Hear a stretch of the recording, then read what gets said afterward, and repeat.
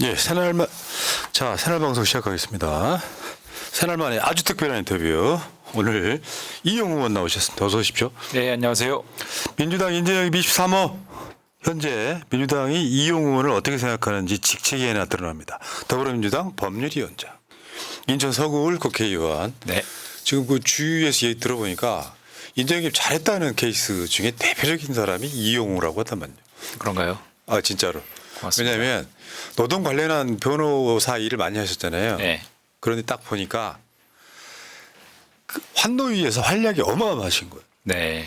그러니까 더 이상 전문가가 없는 거예요. 정부 관계자보다 해가지고. 그 이용우 일 잘한다, 국정감사 잘한다, 뭐 이런 이야기를 되게 많이 들었다고 하더라고요. 네. 고맙습니다. 네. 근데 또 법률위원장을 어떻게 또 막 금방 맡으셨어요? 네. 이제 보통 이런 초선들이 법률위원장 맡기는 좀 부담스러운 자리거든요. 네. 네. 이재명 대표님 이제 2기이잖아요. 말하자면 그 이재명 대표 1기 체제에서 법률위원장 맡았다가 다시 이제 재임하시고 나서 다시 유임이 돼가지고 예, 지금 법률위원장 계속 수행하고 있습니다. 똑똑하신가 봐요. 제 입으로. 네. 똑똑하십니다. 제 입으로. 자, 그런데 오늘은 이제 뭐 국정감사 이야기 잠깐 하시고 네. 이재명 대표 재판에 관련된 이야기를 한번 들어볼 텐데 여러분 그 전에 우리 이용우 의원 후원 좀 부탁드리겠습니다. 농협 301-0351-2851-11 이용우 후원에 노동자가 발전해야 대한민국이 발전한다. 윤석열 정권에 맞선 노발대발하겠습니다. 아, 노동자가 발전해야 대한민국이 발전한다. 네. 자, 여러분 후원 좀 부탁드리고요. 실제로 그 인정입했을 때 새날 방송에 여러 번 나오셨잖아요. 아, 이용우 의원 진짜 이렇게 될 줄 알았어. 떡잎부터 봤어. 자, 네. 그리고 이용우 TV도 채팅창 상단에 있기 때문에 아, 인터뷰를 듣다가 이용우 의원 후원해야 되겠다 하시는 분들은 화면 상단에 이용우 후원회가 계속 나갈 예정이니까 후원 좀 부탁드리고 후원금 뭐 아직 택도 없죠? 네, 많이 부족합니다. 신인들이 그래요. 신인들이 그래. 예. 그러니까 아무리 노력해도 또 법사위도 아니고 과방위도 아니면 환노위 또 주목도 못 받잖아요. 올해 초선 첫 해라서 네. 아직 많이 알려질 시간이 부족했던 것 같고요. 네, 그러니까요. 또 연말에 네. 또 집중적으로 또 활동하면서 네. 예. 자, 알겠습니다. 자, 그리고 이용우 TV는 채팅창 상단에 있다는 말씀드리겠습니다. 자, 국정감사 처음 해보셨죠? 네. 초선 첫 국감. 국정감사 처음 했을 때 네. 느낌. 예. 첫 느낌은 네. 발언 하나하나가 굉장히 좀 뭐랄까 이게 파급력이 크다 이런 것들을 느꼈고요. 반대로 그래서 발언 하나하나 좀 신중할 필요도 있겠다 이런 생각도 좀 들었던 국감이었습니다. 근데 이런 생각 들지 않으세요? 네. 어떤 상임이나 다 마찬가지로 네. 피감 기관 사람들이 너무 네. 무성의하고 네. 시건방지고 예. 그런 경우를 많이 보셨죠. 예. 이번 국감 하면서 많이 느꼈던 것 중에 하나가 그 피감기관, 그러니까 환경부, 노동부, 뭐 산하기관, 소속기관 그 태도들을 보면서 윤석열 대통령의 그 태도하고 정말 닮아 있다 이런 것들을 좀 많이 느꼈습니다. 그쵸. 그래서 뭔가를 계속적으로 지적을 하면 그 지적을 수긍하고 아 이렇게 좀 개선 방안을 찾아보겠다 이런 것이 아니고 다 부정합니다. 다 부정해. 부정하고 계속 몇 번을 지적을 해도 계속 부정하면서 우리가 뭐가 잘못했는데 이런 태도들을 상당히 많이 목격을 했어요. 그래서 굉장히 좀 답답했습니다. 짧은 시간 안에 집중적으로 얘기를 해야 되는 그런 상황이어가지고 정말 하나하나 다시 또 지적해주고 다시 좀 이렇게 바꿔주고 싶은데 그러기에는 시간이 좀 한계가 있었고 아무튼 그런 부분들이 계속 반복되는 것들이 느껴지면서 이게 정부의 어떤 행태들이 대통령의 모습과 정말 너무 닮아 있다. 이게 하나의 국정감사를 받는 피감기관의 어떤 기조로 설정하고 들어온 거 아닌가 이런 생각이 들 정도로 답답했습니다. 막 짜고 온 듯이. 네. 그러니까, 아무래도 뭐 이 정부의 어떤 방침이 좀 있었던 거 아닌가 이런 생각이 들 정도로 그리고 법 하나 바꾸세요. 제가 네. 국정감사 볼 때마다 느끼는 건데 네. 제한 시간 7분 이런 거 있잖아요. 네. 총량제로 하면 되지. 예를 들어서 이 피감기관 어디 국정감사는 총 50분 쓰게끔 만들어야지. 네. 한참 막 지금 피해를 받아 있는데 네. 마이크 꺼져. 네, 맞아요. 그냥 바꿨으면 좋겠어. 맞아요. 네. 하고 싶은 얘기는 너무 많은데 네. 시간은 너무 제한적이어서 그리고 또 중요한 게 뭐냐면 답변 시간까지 포함해서 시간 총량이 있는 거거든요. 그렇죠. 그래서 답변하는 피감기관에 있어서는 스킬인지 뭔지는 모르겠지만 길게 볼.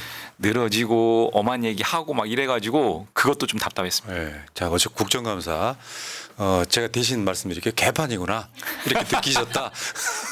또 하나 느낀 건 뭐냐면 피감기관 입장에서는 정확하게 뭐 자료도 좀 제출하고 필요한 증인들도 정확하게 출석해서 그 감사위원들의 어떤 지적사항이라든지 의견이라든지 이런 것들을 다 수렴을 하고 수용을 해야 되는데 가장 기본적인 자료 제출부터 제대로 안 돼요. 그래서 자료 미제출한 부분에 대해서 몇 번씩 또 요구해야 하나, 둘, 셋 이렇게 순차적으로 제출하고 네. 자료 제출은 국정감사의 가장 출발이거든요. 자료가 안 나오면 구체적인 문제점들을 파악하기도 어렵잖아요. 그런 지점이 하나가 있었고 이번에 저희 환노에서 중요한 증인 중에 한 명이 소위 아리셀 참사 그렇죠. 아리셀 대표인 박순관 대표에 대해서 증인 신청을 했고 증인 채택이 됐습니다. 처음에는 국민의힘과의 협의 과정에서 굉장히 채택하는 것도 어려움이 있었는데 결국은 채택이 됐어요. 왜? 사회적 공분이 있으니까 채택을 안 할 수가 없어요. 중간에 채택이 됐습니다. 그런데 결국 증인 그 출석을 요구하니까 불출석 사유서를 내요. 그거에 대해서 또 환노위에서 이러면 안 된다. 동행명령장 발부 의결까지 했습니다. 그래도 불출석해요. 그게 그때 8분인가 12분인가 뭐 정확히 숫자는 기억이 안 납니다만 돌아가신 거죠. 23분의 23이요? 23분의 무고한 생명이 한순간의 사고로 인해서 그렇게 참사가 벌어졌는데 23명이었구나. 그 회사의 대표라는 사람은 정말 이 참사에 대해서 뭐라고 불출석 사유를 냈냐면 수사 중이고 재판을 받아야 된다. 그렇기 때문에 난 출석하기 어렵다. 자신의 안위만을 위해서 23명의 무고한 사람들을 대표해서 국회의원이 불렀는데 그 자리를 거부하고 저희는 수사나 재판하고 관련된 내용 듣고 싶지 않았어요. 나와서 이 참사에 대해서 책임을 통감하고 정말 유가족들에게 진정한 사과 한마디 안 했는데 이 자리를 비워서 좀 해라. 이런 취지로 불렀는데도 아이고 참 불출석을 하더라고요. 못된 사람. 이 지금 향후의 국감에서는 이렇게 증인 불출석하거나 자료 미제출하거나 이런 부분들에 대해서 엄중한 책임을 물을 수 있는 법 개정이 좀 시급한 상황입니다, 사실. 그 얼마 전에 JTBC가 팩트 체크를 했더라고요. 네. 그러니까 동행 명령장을 거부한다든지 뭐 이런 위증을 한다든지 네. 하면 법은 좀 엄하게 돼 있는데 실제로 처벌된 사례가 거의 없어가지고 네. 이제부터는 그거 정확하게 하셔야 된다. 네. 요거고.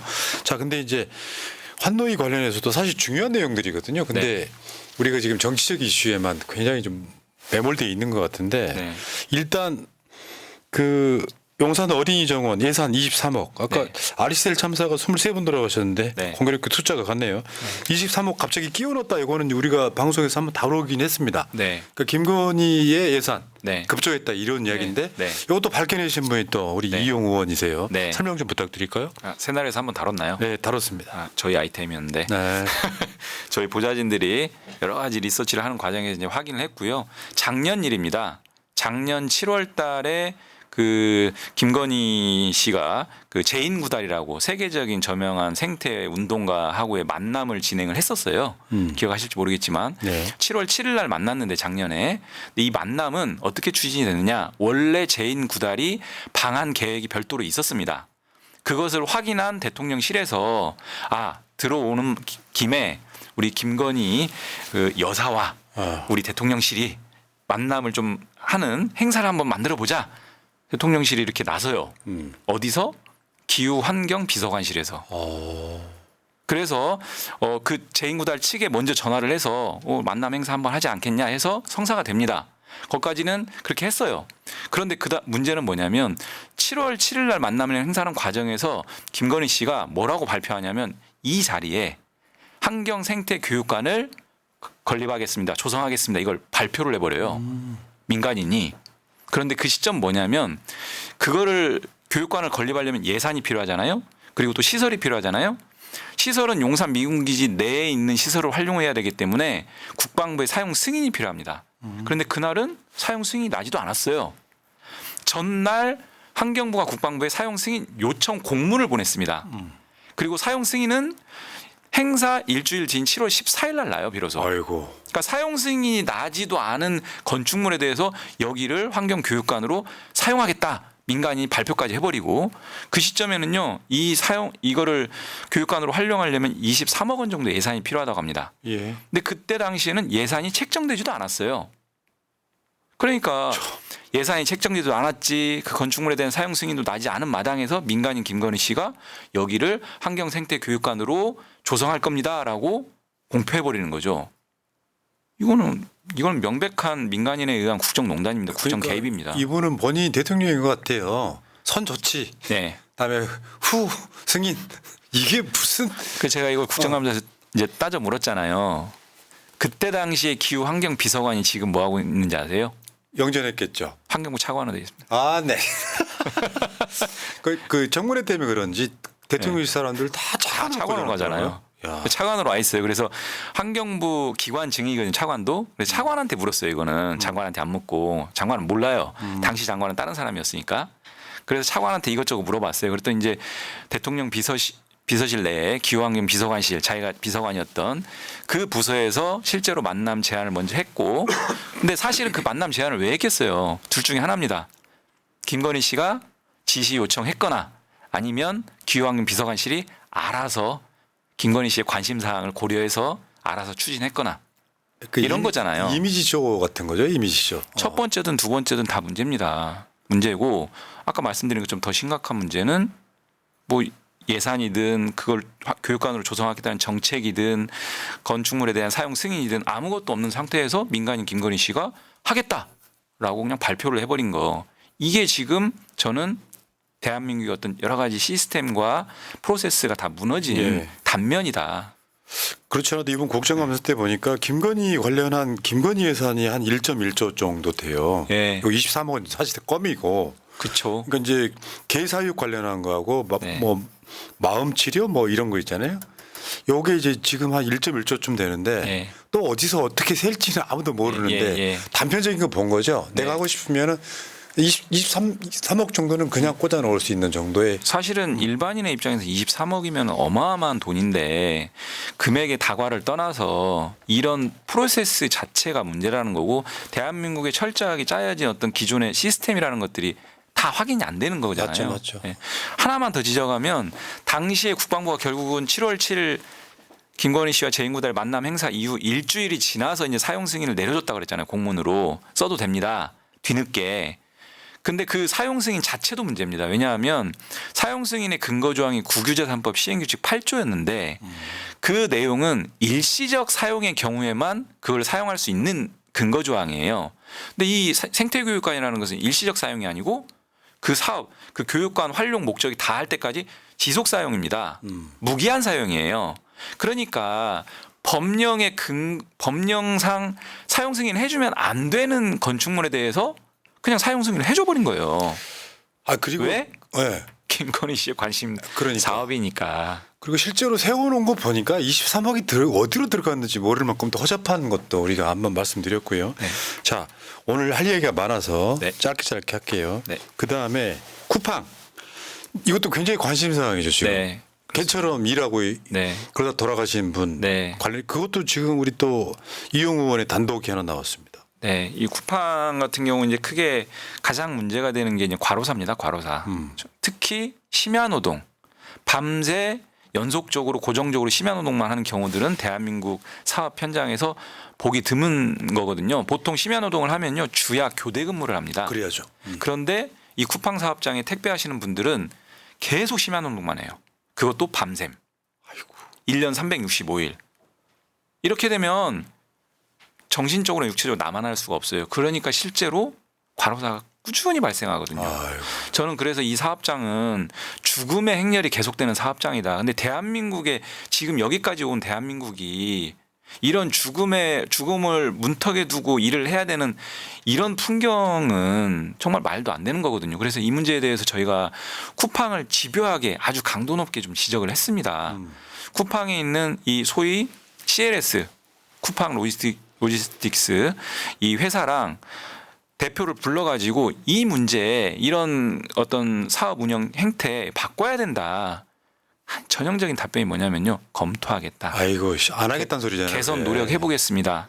그래서 저희가 국정감사 끝나면서 딱 이랬습니다. 쿠팡 문제는 이 문제만 있는 게 아니고 여러 가지 뭐 블랙리스트 문제라든지 일용직한테 퇴직금 안 주거나 덜 주려고 취업규칙 분리 맘대로 막 일방적으로 변경한다든지 여러 가지 문제가 산적하기 때문에 짧은 국정감사로 안 된다. 더 이 한계가 있다. 청문회 열자. 쿠팡 청문회 열자. 그래서 이 심야 노동 문제와 관련해서는 사회적 논의 틀거리를 만들어서 반드시 개선하자. 이를 위해서는 청문회가 필요하다. 이것을 강력하게 제가 그 국정감사장이 주장을 했고 예. 한노위에서는 심도 있게 논의해서 아마 청문회 가능성이 좀 열려 있는 상황이고요. 네, 그렇습니다. 그러니까 보니까 인재영입 잘했다고 하는 게 노동 변호사를 굉장히 오래 하셨잖아요. 네, 그러니까 문제가 뭔지 핵심을 정확하게 찍어. 네, 쿠팡 같은 기업만 있겠어요 지금? 네. 쿠팡만 있겠어요? 네. 노동자 아까 그 표 다시 한번 보여줘봐요. 23, 24년 산재보험 활증계 위리 네, 건설업보다 위험한 로켓 배송 쿠팡 제휴율 전체 산업의 9배. 와 건설업이 오씨 노동자 쓰러져 응급 조치에도 작업 멈추지 않는 쿠팡. 네, 40대 김명규 씨 쿠팡 심야 노동 3일 만에 심정지. 사실은 진짜 그 제가 알고 있는 친구 하나가 병원에 근무하는데요. 네. 3교대 하거든요. 네. 그러면 일주일은 심야에 하면 네. 그 다음에 일주일은 낮에 하고 뭐 이렇게 구조가 있는데 맞아요. 저거 돈 덜 들려고 그러는 거잖아요. 지금. 맞아요. 나쁜 놈들 진짜. 네. 하나만 더요. 네, 체불 임금이 지금 사상 최대가 예상된다네요. 네, 그러니까 윤석열 정권 들어가지고 노동자 탄압은 말할 것도 없었지만 네. 실제로 정권이 이러하니 기업들도 사실 이거 별로 안 무서워하는 거잖아요. 저희 정부를. 네. 와, 그러니까 체불임금이 1조 2,261억 원이에요. 7월 달까지. 제가 설명을 드리면 윤석열 정부의 노동행정 중에 가장 뼈아픈 지점이 아마 임금 체불일 겁니다. 왜냐하면 윤석열 정부 들어서서 작년에 약 1조 8천억 다 되는 금액이 임금 체불로 발생을 했어요. 이건 어떤 수치냐면요. 단군 일의 역대 최대. 와. 이렇게 좀 조금 과장되게 표현하더라도 그 정부 들어 역대 최대 금액입니다. 이게 임금 체불액이. 그런데 올해 어떠냐? 올해는 이미 1조 4천억이 넘었고요. 연말까지 가면 2조를 돌파할 수 있겠다. 이 수치대로 가면 이 계속 역대 최대를 갈아치우는 거거든요. 근데 임금 체불이라는 것은 잘 아시는 것처럼 사실 이거는 저희가 표현을 어떻게까지 쓰냐면 임금 절도다, 임금 강도다. 그러네 진짜. 또 심지어는 경제적 살인이다. 일 시켜놓고 왜 돈을 안 줘? 대표님도 아시겠지만 한 달, 두 달만 임금이 월급이 안 들어와도 개별 노동자뿐만 아니고 그 가족의 생계가 위태롭잖아요, 사실은. 왜 아시겠지만이라고 그래요? 제가 체불했을 것 같아요. 아니요. 그러니까 대표님도 이제 그렇게 생활을 하실 테니까. 알죠. 네, 그래서 한 달, 두 달만 안 들어와도 이것은 사실 그 바로 그냥 생계에 직격탄을 맞는 거거든요. 그래서 우리가 경제적 살인이라는 표현까지 쓰는데 이 문제에 대해서 윤석열 정부의 행태가 뭐가 문제냐면 노사 법치를 계속 얘기합니다. 법대로. 이런.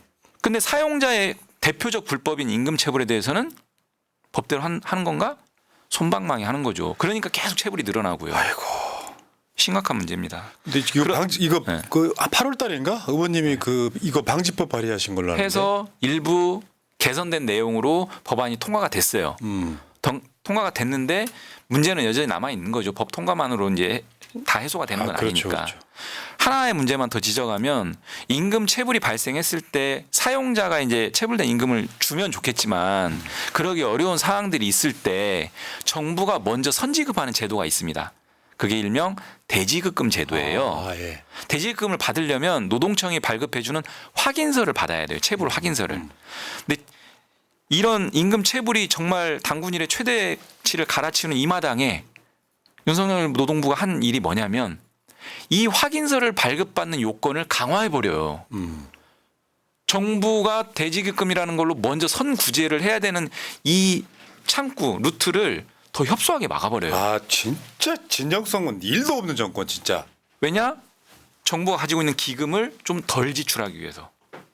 그 노동자들은 한 달 월급 받는 걸로 사는 거잖아요. 이게 맞아요. 뭐야? 그래서 윤석열 정부가 뭐 맨날 하는 얘기가 노동약자 하는데 임금 체불 피해 노동자만큼 가장 약자적 지위에 있는 노동자가 어디 있습니까? 그런데 임금 체불은 역대 최대인데 체불 노동자들이 그나마 먼저 정부의 문을 두드려서 받고 싶은 대지급금 요건을 강화해서 더 사지로 내몬다. 예. 이게 윤석열 정부의 실체입니다. 그게 유명한 윤석열의 말따 행따.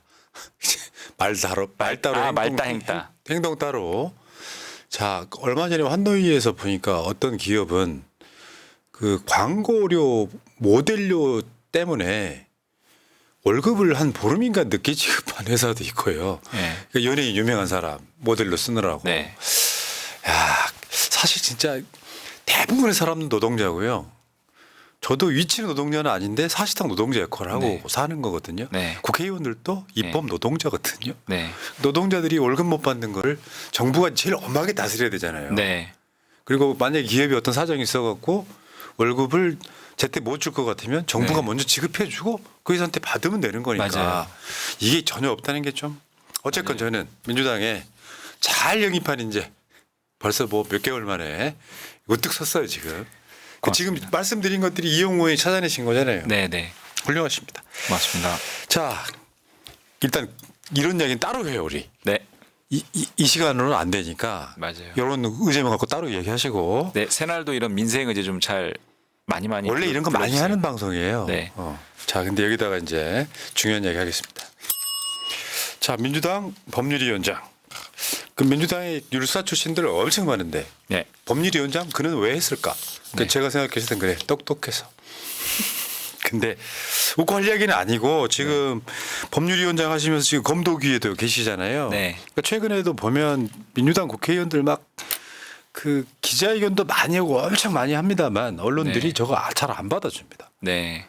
열심히 해요. 국회의원들이 막 열댓 명 나와갖고 인터뷰를 기자회견을 해도 잘 안 받아줍니다. 맞아요. 근데 그래서 지금 나오신 거예요 오늘은. 네. 그래서 이재명 대표의 판결이 일단 11월 달에 2개가 나옵니다. 네. 근데 관련해서 사실 우리는 계속 팩트 체크를 해왔기 때문에 이걸로 기소했다고부터 시작했는데 네. 이걸로 기소했다고 이걸로 뭐 2년 구형했다고 3년 구형했다고를 다 알고는 있지만 네. 법률위원장 입장에서 한번 분석을 해 주시기 바랍니다. 네. 자, 일단 김문기 몰랐다라고 하는 발언. 네. 이걸로 지금 네. 기소를 해서 선거법 위반으로 지금 이제 11월 15일. 15일 날 판결이 나와요. 예. 이거 설명 좀 해 주실까요? 네. 이재명 대표의 성남시장 시절에 김문기 씨 개인적으로 알았느냐? 그때 당시에는 몰랐다. 이 발언. 정말 굉장히 단편적인 발언이잖아요. 근데 이제 물론 이제 이것만 가지고 이제 그 재판이 이루어진 건 아니었고 거기에 이제 백현동 그 식품연금 부지 관련 발언도 하나 있는데 이 두 개의 발언 가지고 징역 2년을 검찰이 구형을 했는데요. 성남시장 재직 시절에 알았느냐 몰랐느냐 개인적으로 알았느냐 몰랐느냐 이게 이제 핵심 쟁점이 되는 거잖아요. 그 참고적으로 말씀드리면 공직선거법상 허위사실 공표죄라고 하는 것이 성립하려면 사실과 다른 내용을 그러니까 허위 사실이죠. 사실과 다른 내용을 공표했을 때 이제 성립하는 건데 모든 허위 사실을 다 처벌하는 게 아닙니다.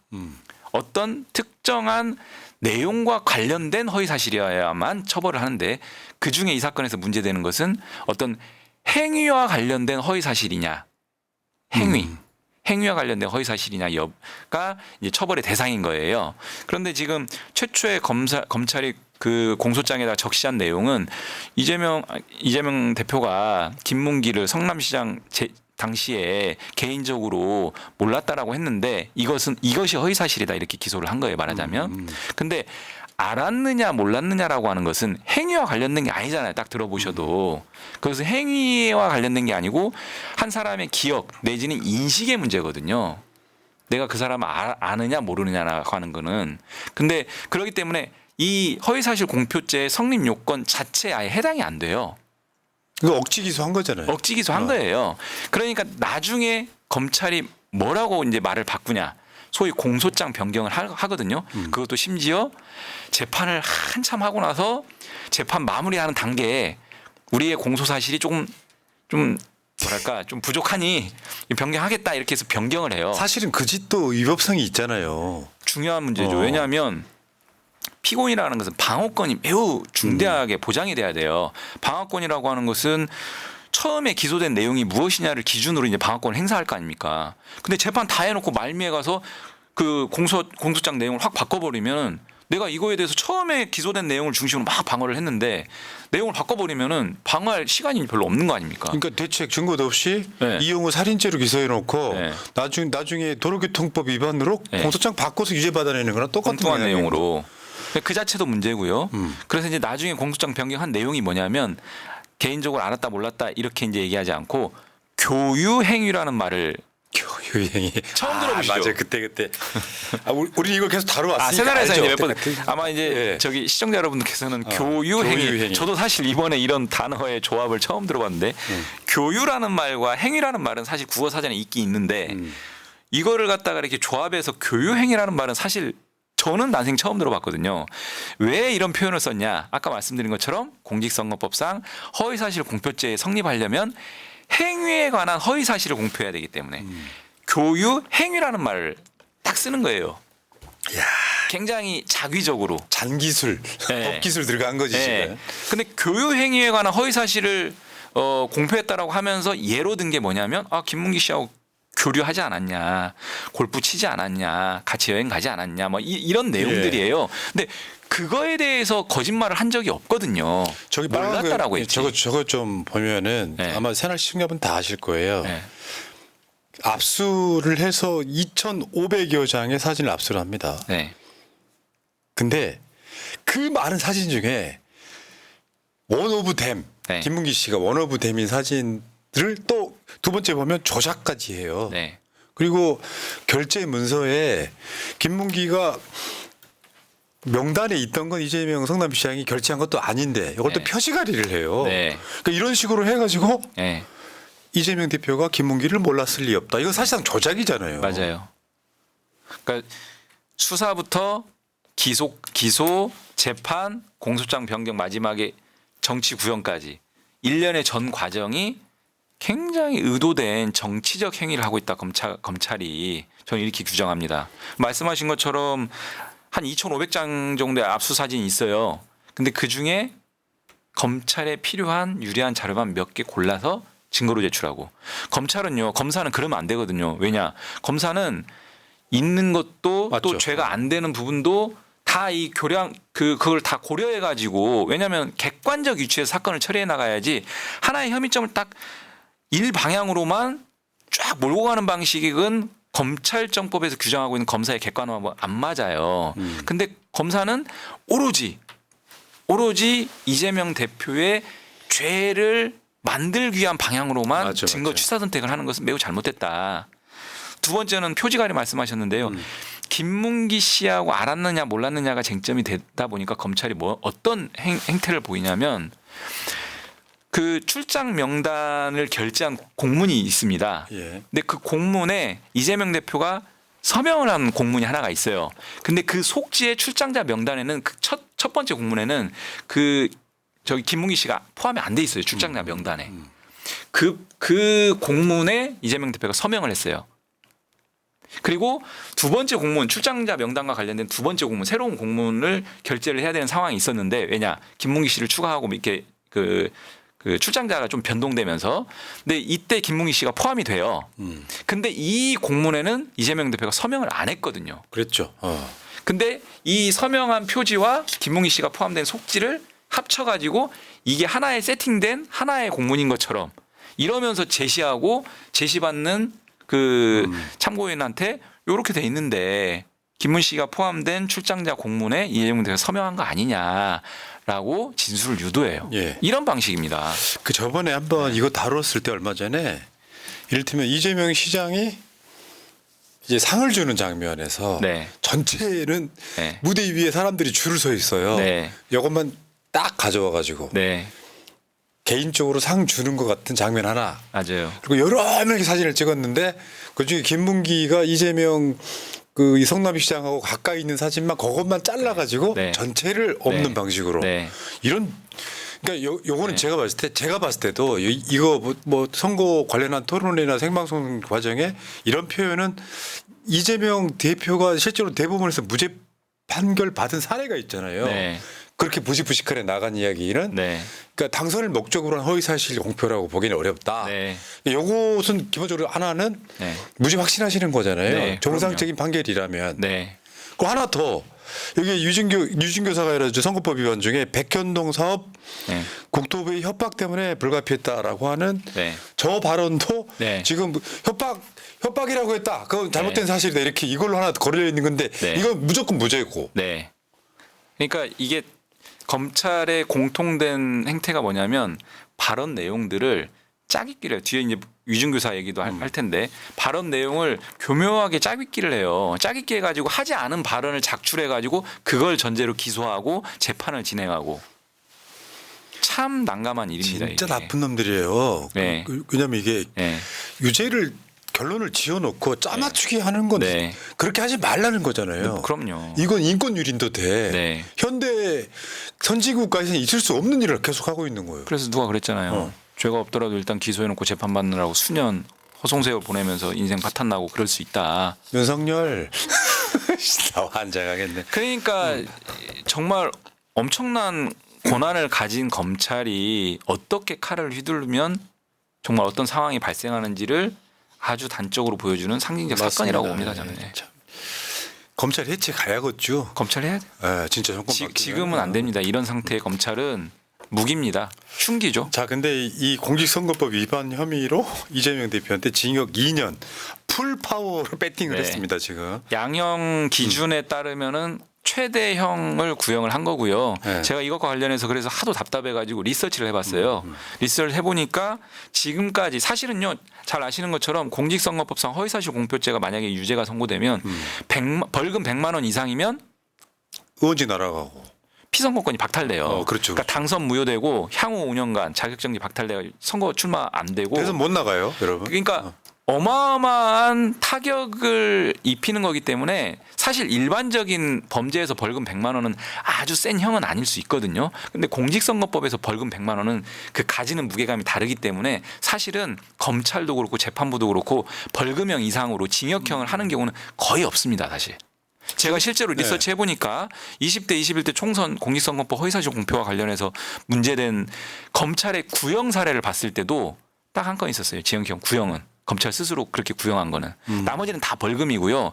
근데 그 징역형 유일한 한 건도 그것만 있는 게 아니고 기부행위하고 같이 문제된 사건에서 그나마 징역형 구형을 한 겁니다. 그러니까 징역형 구형 자체가 없다라고 보시면 됩니다. 사실상. 이재명 대표한테만 그런데 저러는 거죠. 징역형 그것도 최대 양형 기준 최대 형량을 구형한 거죠. 저는 그래서 이거를 정치 구형이고 균형감을 상실한 완전한 정치 구형이다. 아이고. 자, 이게 이제 15일 날 판결이 1심 판결이 나오고요. 자, 이제 1심 끝나는 건데 이제 이걸로 네. 이제 만약에 유죄가 하나 나오면 어마어마하게 흔들어 되겠죠. 네. 여러분들 미리 마음에 준비하시고. 네. 자, 그다음에 유진 교사로 한번 가볼게요. 네. 유진 교사도 우리가 많이 다뤘기 때문에 우리 시청자분은 다 알고 계십니다만, 네. 사실 악마의 편집이라는 게, 네. 그러니까 김진성 씨, 네. 김병량 성남시장에 비서했던 김진성 씨한테 네. 저번에 이재명 대표가 경기도지사 시절에 받았던 그 재판 때 네. 있는 그대로만 말해달라. 네. 이런 취지의 통화를 한 거를 사실 그거 관련해서는 무죄를 받았는데 네. 이걸 어떻게 찾아가지고 김진성한테 이재명 경기도지사가 유증을 네. 조사했대. 네. 이걸 걸어가지고 사실 요게 그 저번에 이재명 대표 구속시키려고 할 때 네. 그나마 소명이 된다고 했다. 네. 근데 그 내용도 뭐 검찰이 소명이 된다라기보다는 네. 그나마 좀 개연성이 있지만 네. 이거 다퉈볼 만하다 했던 바로 그 사건입니다. 네. 얘네들이 지금 이제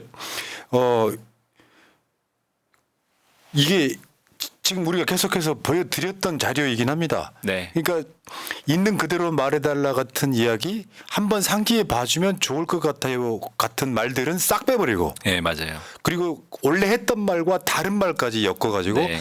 또 교묘하게 국민의힘의 박정훈 의원한테 줘요. 네. 그래가지고 이거 확실하게 이준교사 맞네 이 짓을 하고 있는 겁니다. 맞습니다. 설명해 주십시오 이제. 우리 이제 대화라고 하는 게 사실 어다르고 아다르고 굉장히 좀 미묘한 부분들이 있는데 심지어 대화의 어떤 문맥들을 이렇게 어떤 대화의 한 뭐 문장이라든지 심지어 단어 하나만 바꿔도 예를 들면 우리 이재명 대표께서 법정에 출석하면서 그 예를 들었잖아요.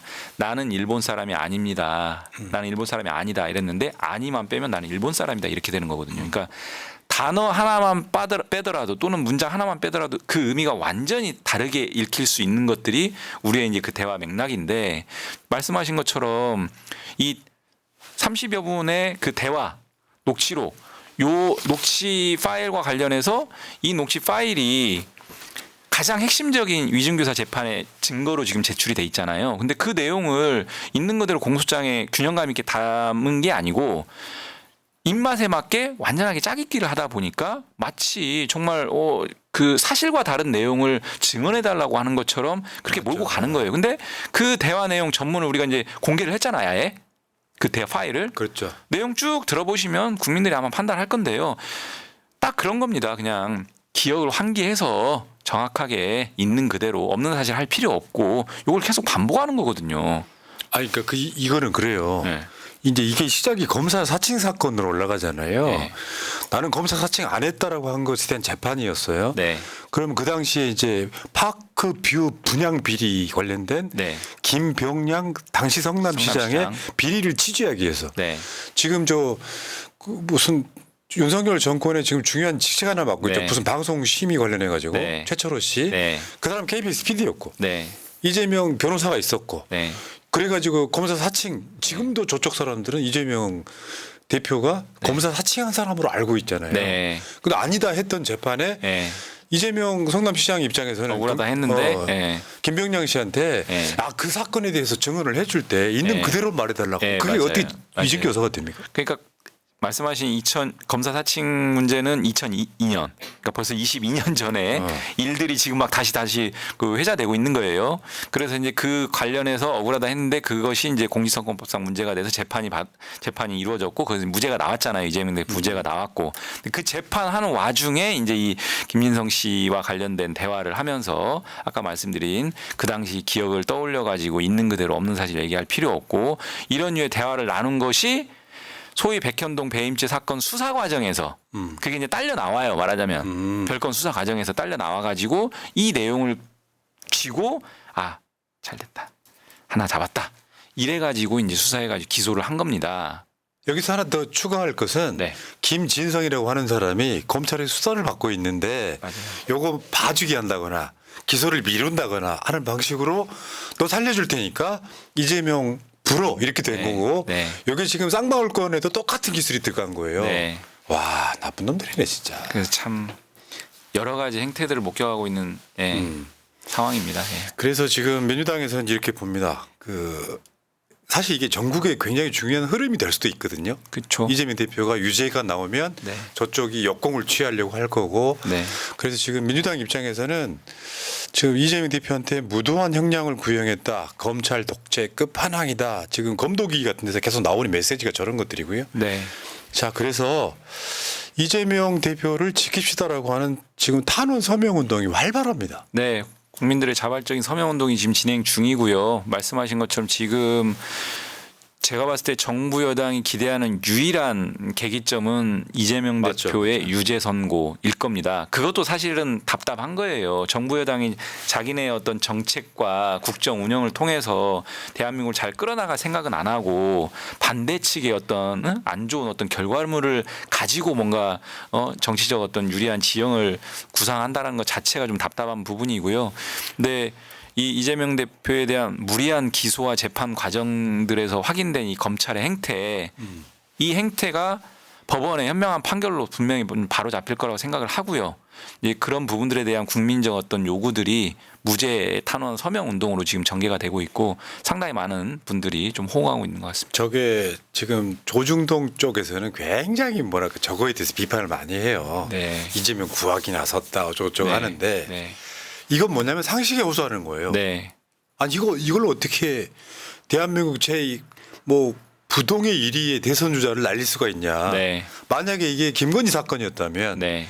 흔적조차 없이 사라질 네. 것 같은 사건들이잖아요. 불기소 처분 다 끝났잖아요. 예. 법률위원장 입장에서 보시면 네. 이재명 대표는 상식적 판결이라면 무죄여야 된다 이런 거잖아요. 무죄 나올 것 같습니다. 네. 저는. 예. 뭐 본인이 상식적이고 아니고를 떠나서 사건 자체가 좀 성립하기 어려운 내용이기 때문에 애초에 기소가 무리였다. 애초에. 이재명 예. 대표를 날리기 위해서 예. 기소에 예. 기소를 하다가 굉장히 많은 건을 넣어서 그중에 하나라도 유죄 받아내자는 작전이에요.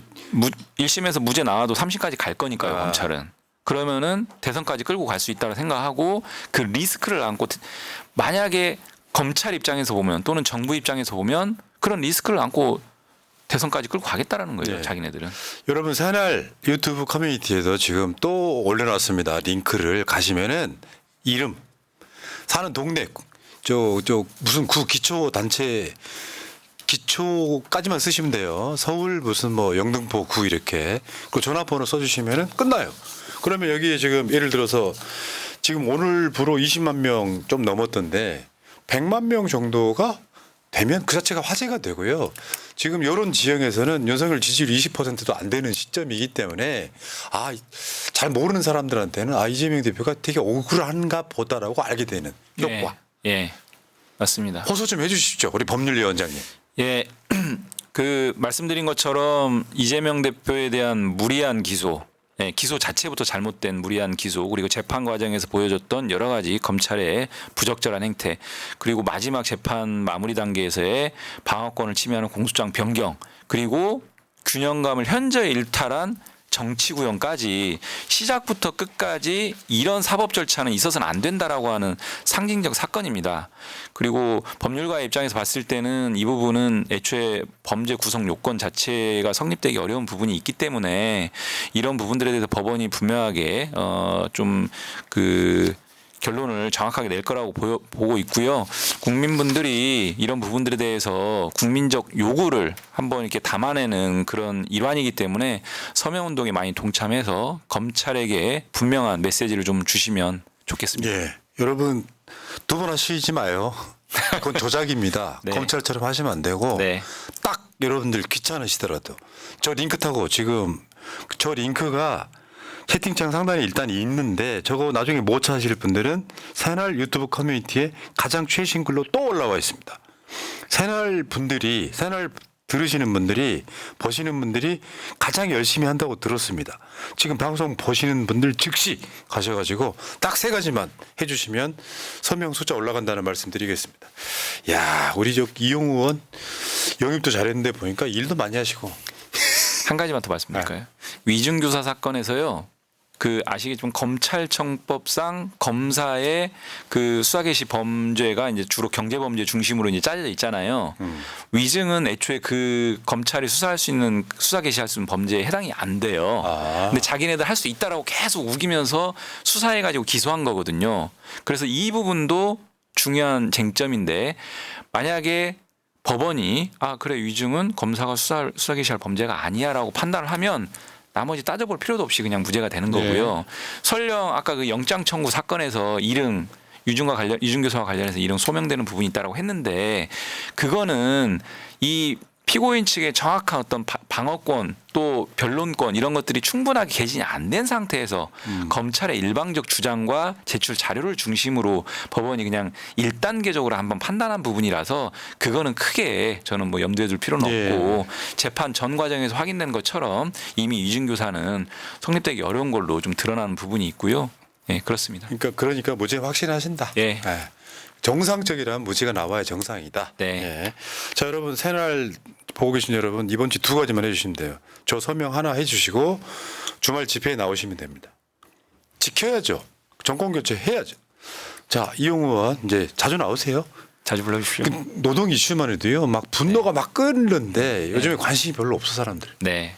노동을 포함한 민생 이슈 또는 법률위원장이니까 여러 가지 그러니까요. 어떤 법률적 현안이라든지 이런 부분들 다음에는 조금 더 쉽게 말씀드려 보겠습니다.